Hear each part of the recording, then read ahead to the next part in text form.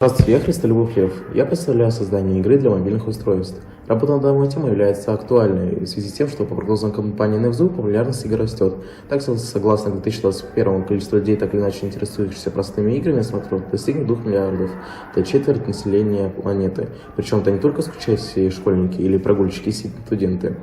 Средний возраст ЦГК 34 года. Простые игры не заставляют концентрироваться на нескольких задачах или разгадывать десятки сложных головоломок.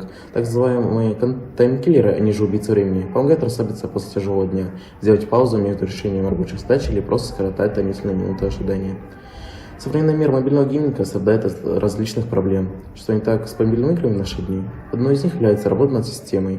Игра должна быть свободным опытом, предоставляющим удовольствие. Давайте посмотрим. Сейчас большинство разработчиков нагло копируют существующие системы доната. Вот почему видим так много клонов популярных игр. И целью работы является разработки игр для мобильных устройств на платформе Framework Solar 2D.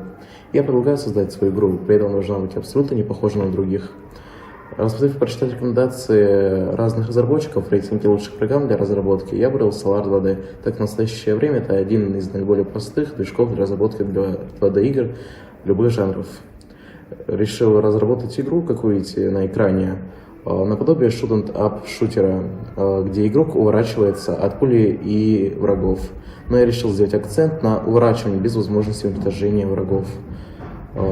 Враги делятся на 4 категории: обычные, самонаводящиеся, лазерные и мини-босс. Для их создания я использовал 4 функции. Например, для создания обычного игрока я использовал функцию Create Enemy. Она создает полигон красного цвета с определенной формой, определенным поворотом и координатами. Следующая функция Create Enemy использует предыдущую функцию и создает 2 тела, объединяет их и прикрепляет функцию ChangeDir, которая меняет направление. Итак, мои предположения подтвердились. Исходя из сложного материала, я пришел к выводу, что действительно любой ребенок может научиться этому. При большом желании можно добиться результатов. Из своего опыта я могу сказать, что лучше считать процесс разработки видеопрограмм попроще и легче, который имеет русскую версию. Процесс разработки видеоигры увлекательный и интересный, развивает способность лучше запоминать и обрабатывать информацию, учит находить нестандартные решения сложных задач, развивает интеллектуальные способности. Таким образом, потратив немного времени, у меня получилось создать игру. В дальнейшем планирую совершенствовать свою игру, после запустить Play Market, App Store и на этом зарабатывать.